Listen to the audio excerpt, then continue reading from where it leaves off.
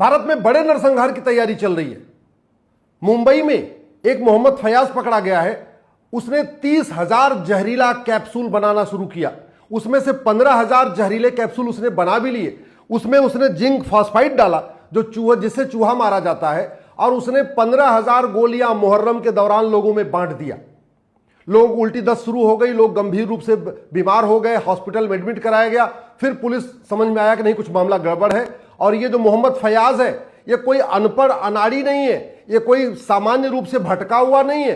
Paint कारोबारी है, उसकी पेंट की अपनी फैक्ट्री है, बीबीए किया हुआ है, पढ़ा लिखा है, विदेश यात्रा कर चुका है, ईरान की कई बार यात्रा कर चुका है। उसकी मां, उसकी बहन ईरान में ही रहती है। तो आप ये भी नहीं कह सकते कि कोई गांव का भटका हुआ व्यक्ति है।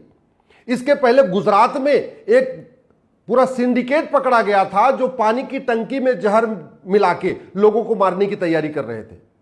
ये जो बड़ी तैयारी चल रही है, दुर्भाग्यवश इसके ऊपर न संसद में चर्चा हो रही है, न विधानसभा में चर्चा हो रही है, और न सुप्रीम कोर्ट में चर्चा हो रही है। और ये मूल रूप से इसलिए हो रही है क्योंकि ना हमने गुलामी की शिक्षा बदला, ना हमने गुलामी की न्याय व्यवस्था बदला, ना हमारे यहां शिक्षा में संस्कार है, न कानून का खौफ है। इसीलिए कभी पानी की टंकी में जहर मिलाने की साजिश की जाती है, और कभी इस तरीके से कैप्सूल बांट बांट के लोगों का नरसंहार की तैयारी चलती रहती है।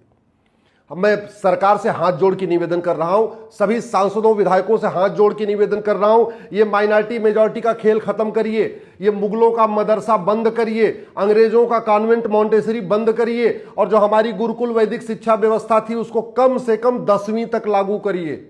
One nation one education board लागू करिए, वन नेशन वन सिलेबस लागू करिए, वन नेशन वन करिकुलम लागू करिए।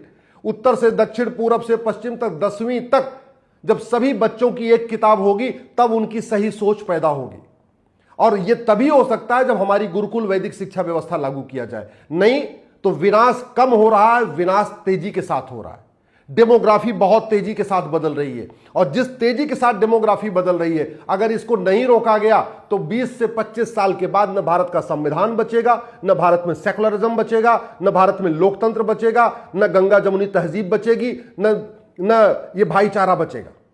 अगर जिस तरीके से ये जहर घोला जा रहा है और ये मामला आगे बढ़ता जा रहा है, अगर हमने कानून का खौफ नहीं पैदा किया, कुछ नहीं बचने वाला है।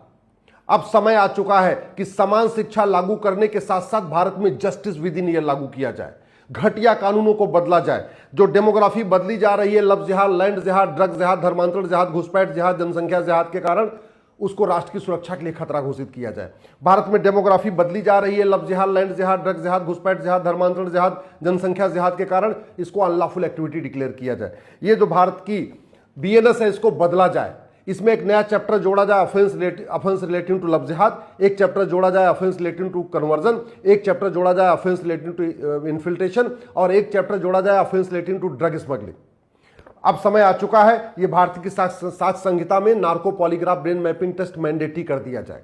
अब समय आ चुका है जो लोग भारत के खिलाफ साजिश करते हैं उनकी सिटीजनशिप खत्म करने के लिए सिटीजनशिप एक्ट में बदलाव किया जाए।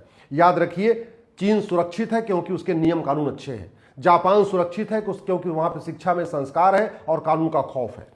सिंगापुर सुरक्षित है क्योंकि उसने शिक्षा व्यवस्था को बदला और दंड व्यवस्था को बदला। हमने कुछ नहीं बदला है। नतीजा ये डे बाय डे हमारी डेमोग्राफी बदल रही है, और जिस तेजी के साथ ये जहर घोला जा रहा है, आए दिन मिल रहा है। कभी पानी की टंकी में जहर मिलाने की कोशिश, कभी जहरीला कैप्सूल बांटने की कोशिश। भारत में गृह युद्ध की बहुत बड़ी तैयारी चल रही है, भारत में नरसंहार की बहुत बड़ी तैयारी चल रही है, और ये तभी रुकेगा जब शिक्षा में संस्कार होगा, कानून का खौफ होगा। जो लोग इस तरीके से देश के खिलाफ साजिश करते हैं, इनकी 100% प्रॉपर्टी जब्त होगी, इनकी सिटीजनशिप खत्म होगी, और साल भर के अंदर इनको फांसी होगी, तब जाके कानून का खौफ पैदा होगा। अरब, दुबई, कुवैत, बहरीन में ऐसी साजिश नहीं होती है, चीन, जापान, सिंगापुर में ऐसी साजिश नहीं होती है, लेकिन भारत में आए दिन भारत को बर्बाद करने की साजिश चल रही है, क्योंकि साजिशकर्ताओं को फांसी की सजा नहीं होती, साल भर के अंदर सजा नहीं होती, इसलिए उनके अंदर कोई खौफ नहीं पैदा हो रहा है।